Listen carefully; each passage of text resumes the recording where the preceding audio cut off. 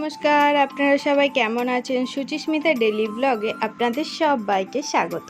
চলে এসেছি আজকে একটা নতুন ভিডিও নিয়ে। গুড মর্নিং সবাইকে। সকাল এখন 11:30 মতন বাজে। তো সকাল থেকে মেঘলা মেঘলা আকাশটা হয়েছিল, আর এখন নেমেছে ঝমঝমিয়ে বৃষ্টি। কালকেও বৃষ্টি হয়েছিল, কিন্তু আজকেও বৃষ্টি হচ্ছে, কিন্তু গরম ভাবটা এখনও যায়নি। ঘরের ভেতরে ভালোই গরম আছে জানেন, বাইরেটা একটু একটু ঠান্ডা লাগছে।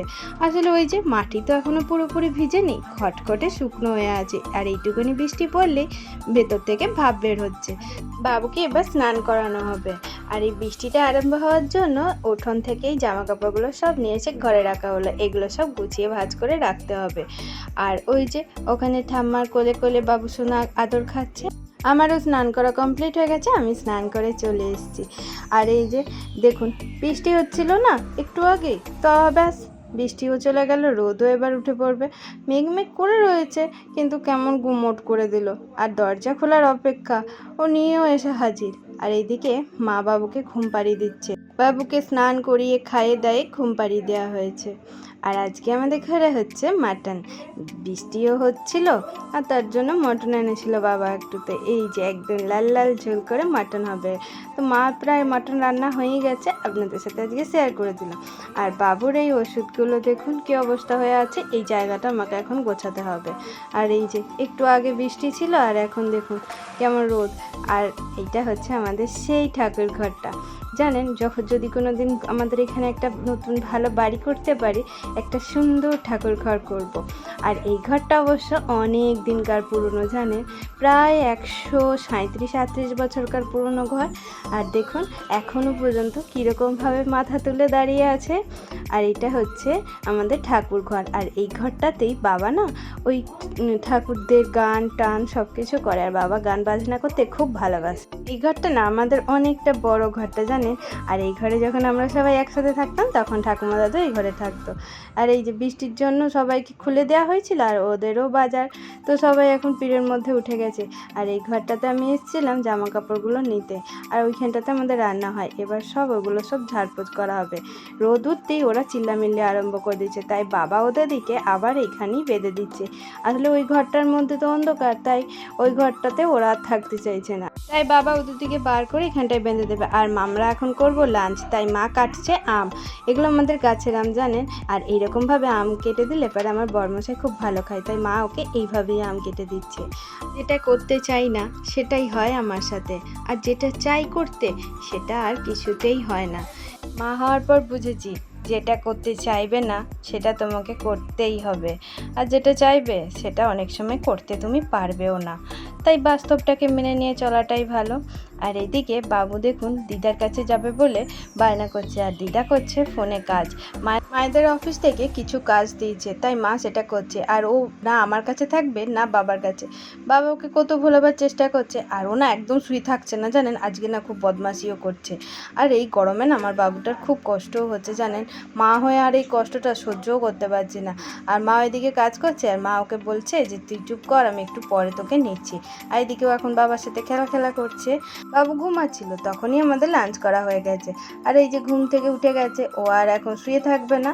আর ওর দিদার কাছে পেলে এত কিছু চায় না। এই দেখুন, দেখছেন মুখটাকে নিয়ে কত ভঙ্গিমা। ও সবসময় এইরকমভাবে থাকবে। তো বাবা ওখানে আদর করছে। এবার বাবা আর ঠাম্মা রেডি হবে, রেডি হয়ে যাবে বাড়ি। এরপর একবারে আমাকে নিতে আসবে। আর মোটামুটি 20 দিন মতন আমরা আর আছি জানেন। আর আমার না ওই দিনটার কথা মনে করলেই খুব এখন থেকেই কান্না পেয়ে যাচ্ছে। অনেকটা দিন বাবা মার সাথে ছিলাম। বিয়ের পর এই প্রথম বাবা মার সাথে এতগুলো দিন একসাথে কাটালাম জানেন। আমি তো জানি আমার মা বাবার মনটাও খুব খারাপ হবে, কারণ বাবুকে পেয়ে তারা তাদের সমস্ত দুঃখ কষ্ট ভুলে গেছিলো। আর কি করব বলুন, নিয়তি তো এটাই, পাল্টাতে তো আর পারবো না। হ্যাঁ, ভগবান যদি কখনো দিন দেয়, আমি আমার কাছে নিয়ে গিয়ে বাবা মাকে রেখে দেবো। হ্যাঁ, আমাদের বাড়িতে না হোক, তাদেরই একটা নিজস্ব বাড়ি করে সেখানে হয়তো রাখতে পারবো। আর এই যে মায়ের কাছে গেছে দেখুন একদম চুপ হয়ে গেছে। ও এবার না ঘুমু ঘুমু করবে জানেন।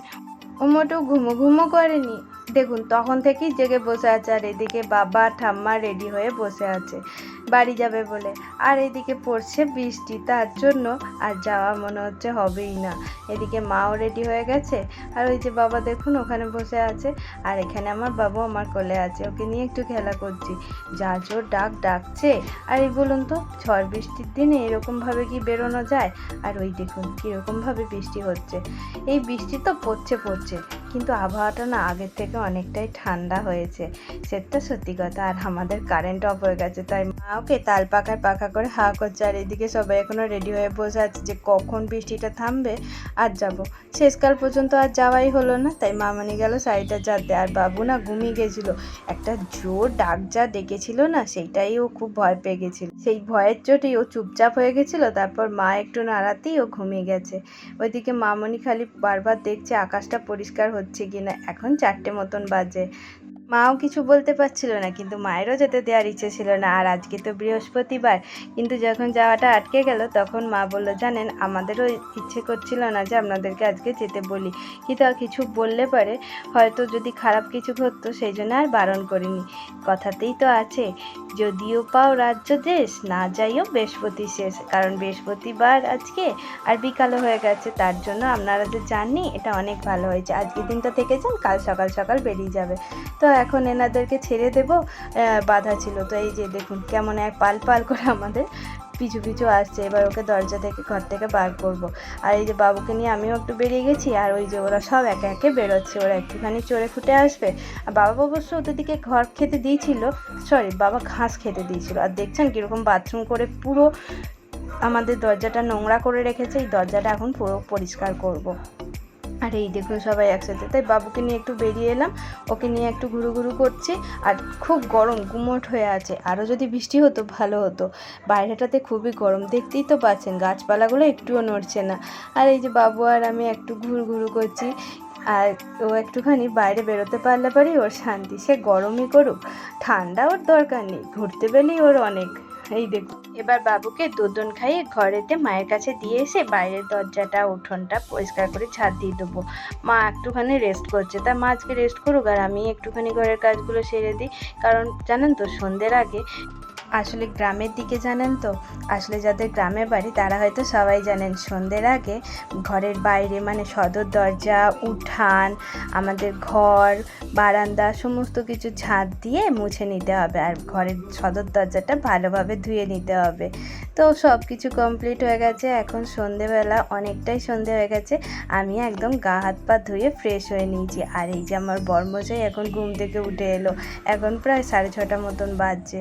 তো আমাকে মা দিল চুলটা বেঁধে। তো চলুন ভিডিওটা আমি এখানে শেষ করছি। দেখা হবে একটা খুব শীঘ্রই নতুন ভিডিওর সাথে। ততক্ষণে আপনারা সবাই ভালো থাকুন, সুস্থ থাকুন, আর সবাইকে ভালো রাখুন। আর আমার এই ভিডিওটা যদি আপনাদের ভালো লেগে থাকে অবশ্যই লাইক করুন, শেয়ার করুন, কমেন্ট করুন, আর চ্যানেলটাকে সাবস্ক্রাইব করে দিয়ে আমার পাশে থাকুন। দেখা হবে খুব শীঘ্রই একটা নতুন ভিডিওর সাথে।